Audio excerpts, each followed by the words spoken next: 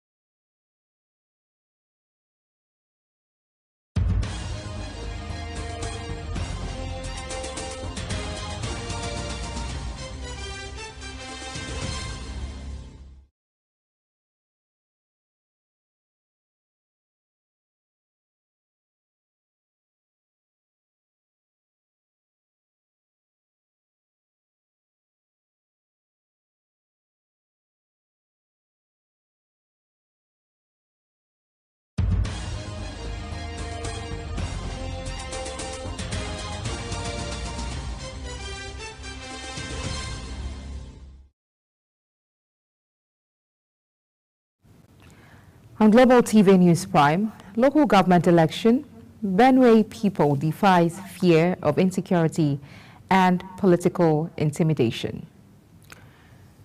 Explosion rocks Rivers APC Secretariat as local government poll holds. In business, CBN sold $543.5 million FX to Nigerian banks in September to stem volatility. On the foreign scene, Israel's strike kills another Hamas commander, wife, and 2 daughters. And in sports, tennis star and style icon Leah Pericoli dies. Welcome to all our viewers in Nigeria and around the world to the News Prime on Global Television, coming to you live from the nation's capital, Abuja. I am Queen Agaba. A quick reminder that Global Television is on DSTV channel 365 and free to air on Nigecomsat. In a remarkable display of resilience and democracy, the people of Benue State have turned out in strong numbers for local government to define fears of insecurity and political intimidation.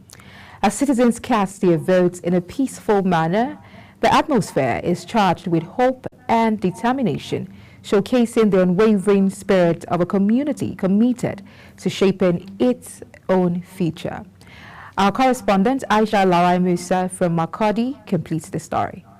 Early as 8 a.m. this morning, voters trooped out en masse to their various polling units to cast their votes. Though some polling units witnessed late arrival of sensitive election materials, the enthusiastic and determined voters remain calm and orderly for the exercise to commence, which includes accreditation of all registered voters. Some of the voters interviewed described the process as peaceful and credible. The election is very peaceful, very successful, very friendly. Everything went on fine. Then accredited us and we vote fine. There's no grudges, there's no fight. We are making it amicable.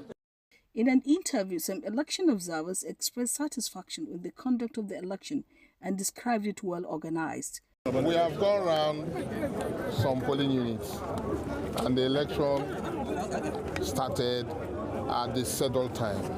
Some areas 8 o'clock, and we have seen them voting. Very organized, and all the places I visited, the election is very free and fair, credible, and they have a very massive turnout. The chairman, Benue State All Progressive Congress APC, Benjamin Omali, after visiting some polling units, noted with satisfaction the massive turnout of voters. We thank God Almighty. Assessment has been so good, and I want to thank His Excellency for providing an enabling environment for the BSEC to conduct a very credible elections, and everything has been going fine. Addressing journalists after inspecting some polling units in some local government areas, the chairman, Benue State Independent Electoral Commission, Richard Tambua, commended the voters, party agents, security personnel, and staff of the commission for ensuring the peaceful conduct of the election. What we've seen on the field is nothing but free, fair, and credible. There's no any report of any hitch, be it security, snatching of ballot boxes, snatching of electoral materials, or anything of that nature. 8 political parties are participating in the exercise. So far, the election has proceeded peacefully and smoothly, as there has not been any report of either irregularities or violence. From Makodi, Aisha Lare Musa reporting for Global Television. Meanwhile, a delegation from the headquarters of the All Progressives Congress, APC, Abuja, was in Benue State to monitor the conduct of the Saturday, 5th October 2024 local government election in the state. Global Television's correspondent Aisha Lare Musa reports from Makodi, the state capital, that the delegation was led by Deputy National Chairman, not APC, Ali Bukar Dalori, the Deputy National Chairman and his team, accompanied by the Chairman, Benue State APC, Benjamin Omali, went round some polling units in some local government areas of the state to observe the conduct of the election.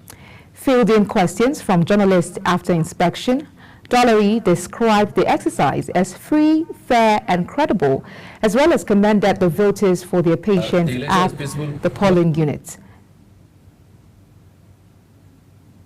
The election is peaceful, cordially, and the turnout is okay for the local government election.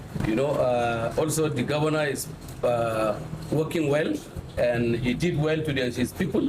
That's why people are massively come out and vote for the APC. The Deputy National Chairman also expressed optimism of APC's victory in the election. 2 people have sustained bullet wounds at Iguruta community, Ikwere local government area of Rivers State, following a move by some youths alleged to be loyalists of the Minister of the Federal Capital Territory, Nyesom Wike, to enforce a high court's judgment. The alleged Wike's loyalists had this morning, while the residents were expecting the arrival of electoral materials in the area, took to the streets, claiming to be enforcing the court's order, which barred the Independent National Electoral Commission, INEC, from releasing the 2023 voters register to the Rivers State Independent Electoral Commission, RESEC. It was gathered that while the residents of Iguruta were preparing to go to their units, the youth, numbering over 100, had started chasing people back to their houses, insisting that the polls would not hold in the area. Buildings and other properties were shattered in the early hours of this morning as explosives suspected to be dynamite shot at the Secretariat of the All Progressives Congress along Aba Road in Port Harcourt, Rivers State capital. The explosion brought down the gate of the Secretariat, while doors, windows and other properties were destroyed. This is the second time the Chief Tony Okocha-led APC will be experiencing such an attack at its Secretariat this year. This came as the local government elections held in the Rivers State capital today. The deputy spokesman of the House of Representatives, Philip Agbese, has commended President Bola Tinubu for heeding the request of the House to elevate the national honor of the Commander of the Federal Republic, earlier bestowed on the Speaker Tajuddin Abbas, to the Grand Commander of the Order of the Niger.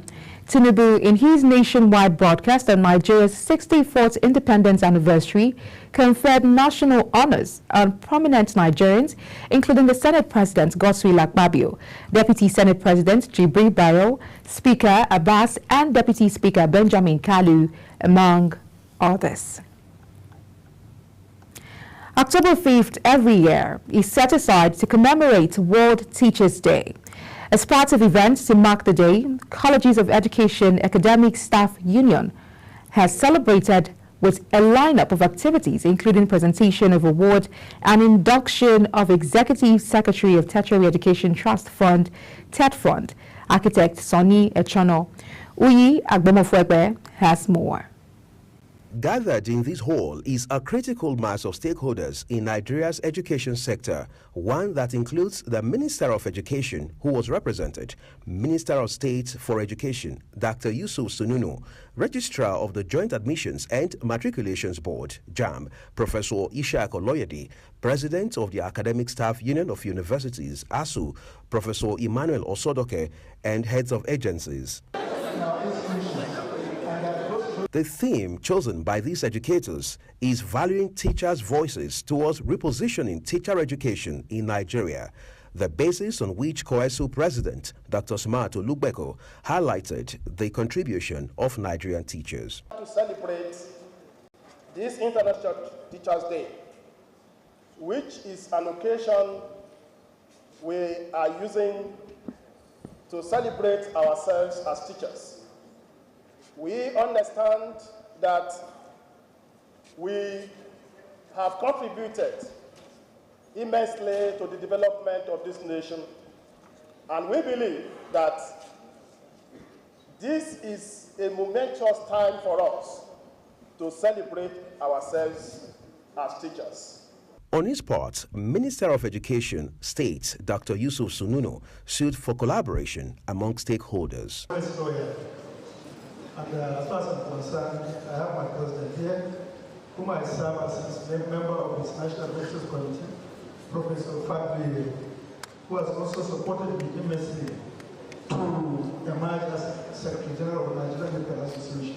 Highlights of the commemoration was the conferment of Legacy Award for Education Advancement on Executive Secretary of Tertiary Education Trust Fund, TED Fund, Architect Sonny Echono, and its induction into COESU Hall of Fame.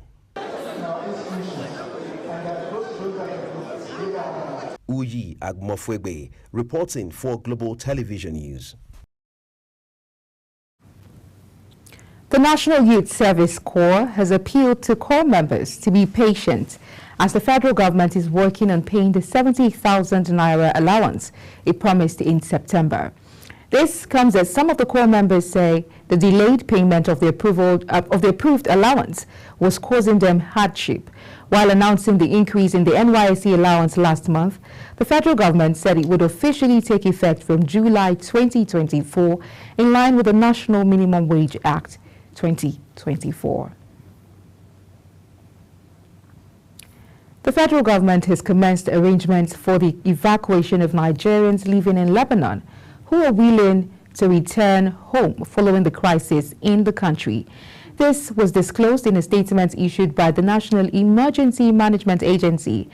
The government said it convened a multi-stakeholder meeting where briefs were received on the condition of Nigerians in Lebanon and preparations by various agencies for the success of the evacuation exercise. Imo State Governor Hope Uzodinma has expressed his administration's willingness to implement the 70,000 naira minimum wage for the state workers. The governor, who made this known while addressing journalists in Government House Owerri shortly after meeting with some members of the Nigeria Labour Congress Imo State chapter, say plans are already underway for the implementation. Amachi Ibe has more. The governor of Imo State, Hope Uzodinma, says it is imperative for his administration to pay the minimum wage, given the high cost of living in the country. The meeting is actually to begin to plan on how Imo State will start implementing the new minimum wage of 70,000 naira, and which I think is proper and appropriate, and we are committed to implementing it. It's just to work out the modalities. 2 sittings with this committee and we'll be off. The chairman of the Nigerian Labour Congress Imo State chapter, Chigemezu Nwigwe, expressed optimism that the governor will surely keep to his words. In fact, before now, His Excellency have shown willingness that is ready and willing to make sure that the minimum wage is implemented here in Imo State. So we have a meeting, like His Excellency have just said, in less than 1 or 2, 3 cities. For those who have set up their committee, I want to tell you, we are going to fast track them and then we'll start implementing before they finish their committee assignment. Given the current cost of living and situation of things in the world, I think there's a need to create better incentives and stimulates the economy. It is as a result of that we have considered in our own caucus that the new national minimum wage. With this assurance from Governor Hope Uzodinma, it is believed that sooner or later, Imo State workers will begin to enjoy the new minimum wage of 70,000 naira. From Owerri, Amarachi Ibe, reporting for Global TV News. Still in Imo State, Governor Hope Uzodinma has inaugurated a scholarship and pilgrim board in Imo State to help identify and support bright students in rural and urban areas of the state. The governor says the board aims to help talented students, especially the vulnerable ones, reach their full potential. Amarachi Ibe has details. Speaking at the event, Imo State Governor Hope Uzodinma urged the board to work prudently and avoid jeopardizing their mission, while emphasizing the importance of supporting deserving students to achieve their academic goals. Ensure that the real reason for setting up this board, which is to impact and bring value to the people of Imo State and our citizens, is not jeopardized.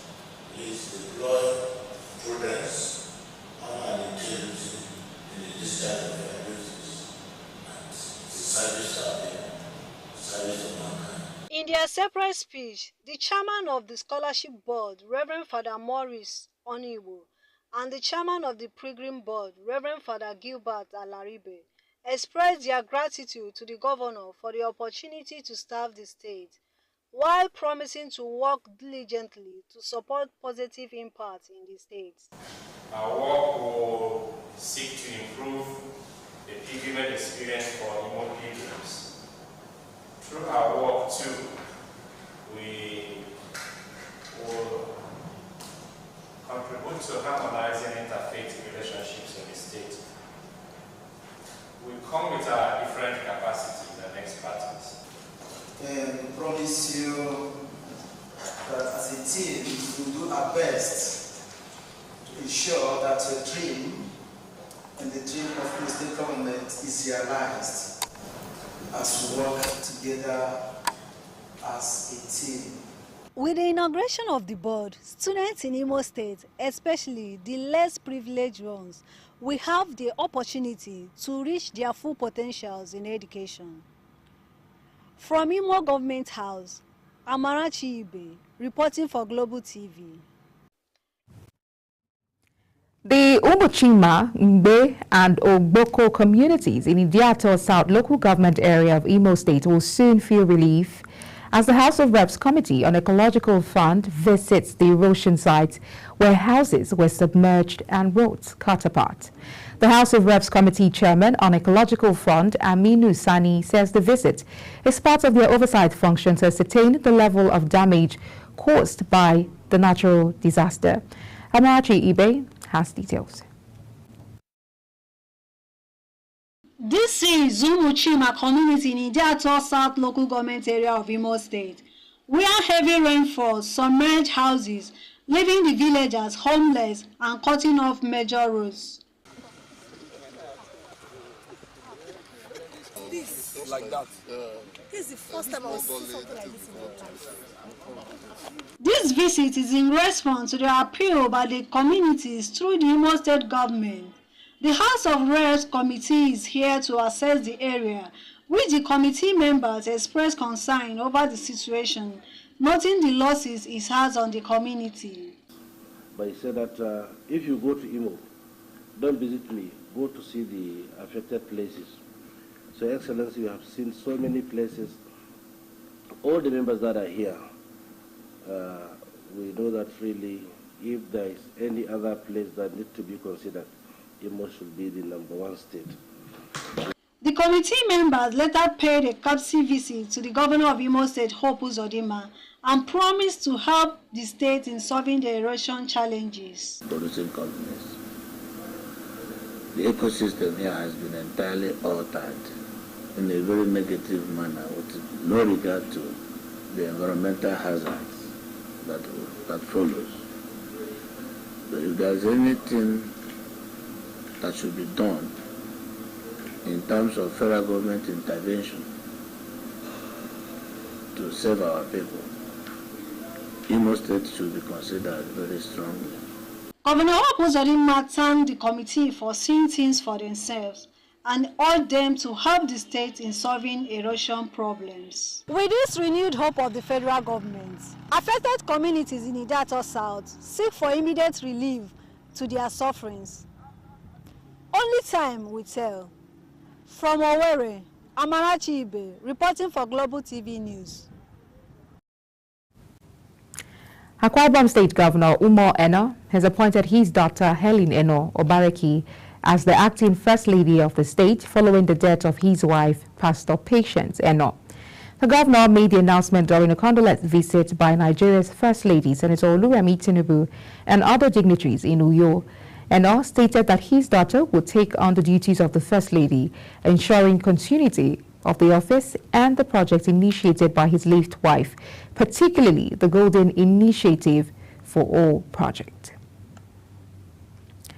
Amid the escalating conflict between Israel and Hezbollah, the federal government has confirmed that no Nigerian lives has been lost in Lebanon, despite the growing danger in the region. As tensions rise, the government has swiftly moved to ensure the safety of its citizens, initiating plans for their evacuation. In a statement released by the Ministry of Foreign Affairs spokesperson, Ambassador Eche Abobe, emphasized that the Nigerian embassy in Lebanon has been actively working to protect its nationals. The governor of Abia State, Alex Oti, has expressed sadness over the news of the beheading of a couple in Bendel local government area of the state. The victims, Jacob Udo and his wife, Comfort, were murdered by yet-to-be-identified assailants. Oti, in a press statement by his chief press secretary, Njuko Ukoha, said he was personally pained by such a criminal and dastardly act. Terrorists have reportedly killed no fewer than 9 Katsina State Community Watch Corps and vigilante members in Faskari and Matazu local government areas of the state. Faskari and Matazu are said to be among the frontline local government areas bedeviled by the activities of terrorists in the state. The hoodlums in the separate attacks between Yankara and Faskari in Katsina State ambushed the state security operatives, killing 4 members of the Community Watch Corps and 2 vigilante officers who were working to maintain security in the region. In business, Nigeria's stock market closed on a positive note on October 4th, 2024, as the all-share index advanced by 0.47%, adding 456.12 points to settle at 97,520.54. The uptick was supported by a 20% increase in market activity, with the trading volume climbing to 320 million shares. The total traded shares surged to 320 million, a significant jump from the 268 million shares traded the previous season. The CBN announced it sold 543.5 million to authorized dealer banks between September 6th and September 30th. According to a statement from Omolara Duke, Director of the Financial Markets Department, the sales occurred over 11 dealing days through a 2-way quote at the Nigerian foreign exchange market. She explained that the spot sales aimed to mitigate market volatility driven by high demand for commodity imports and seasonal foreign exchange needs. On the foreign scene, Palestinian militant group Hamas say an Israeli strike killed one of its commanders in a refugee camp in North Lebanon, the first time the 3 area had been hit since the start of the Gaza war. Commander Saeed Atala Ali, his wife and 2 daughters were killed in the Zionist bombardment of his house in the Bedawi camp near the northern city of Tripoli. Israel has repeatedly targeted Hamas officials in Lebanon since the Gaza war erupted almost a year ago. In sports, the Nigerian women's cricket national team has moved up 4 places in the latest International Cricket Council T20 rankings, jumping from 28th to 24th position in the world and 6th in Africa. The Nigerian women's senior team's last engagement was in June, but this rating was enhanced by the achievement of the under-19 women's team at the just concluded ICC T20 Women's World Cup Africa qualifier in Kigali, Rwanda, when Nigeria picked Africa's ticket to the 2025 World Cup. Earlier this year, the Nigerian women were ranked 26th in the world after their bronze-winning feat at the African Games in Ghana. Lia Pericoli, Italian tennis star of the 1950s and 60s, has died aged 89. Regarded as one of her country's top players, she reached the last 16 of the French Open twice and the Wimbledon Championships 3 times. Born on 22nd March 1935 in Milan, she later became a popular television presenter and journalist. As we end the Global TV News Prime, let's take a look at some of our top stories. Local government election, Benue people defy fear of insecurity and political intimidation. Explosion rocks Rivers APC Secretariat as local government poll holds. In business, CBN sold $543.5 million FX to Nigerian banks in September to stem volatility. On the foreign scene, Israel's strike kills another Hamas commander, wife, and 2 daughters. And in sports, we told you tennis star and style icon Lia Pericoli dies. That's it on the News Prime, and it came to you live from Nigeria's capital, Abuja. We're on DSTV channel 365, Star Times channel 276, and free to air on Nigecomsat. Kindly follow us across all social media platforms using @GlobalTVNG and other handles now showing on your screen. I'm Queen Agaba. Thank you for watching and see you again.